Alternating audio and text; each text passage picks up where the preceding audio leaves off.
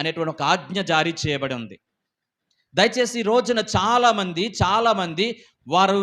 స్వనీతిని ఎక్కువ ప్రదర్శించడానికి ప్రయత్నం చేస్తున్నారు. స్వనీతి అంటే మేమింట్లో చాలా పరిశుద్ధంగా ఉంటాం, మేమింట్లో చాలా ఎక్కువ ప్రార్థన చేసుకుంటాం, మేము చాలా భక్తిగా బ్రతుకుతూ ఉంటాం అని చెప్పి తమ్మును తాము మోసం చేసుకుని మందిరానికి వెళ్లకుండా,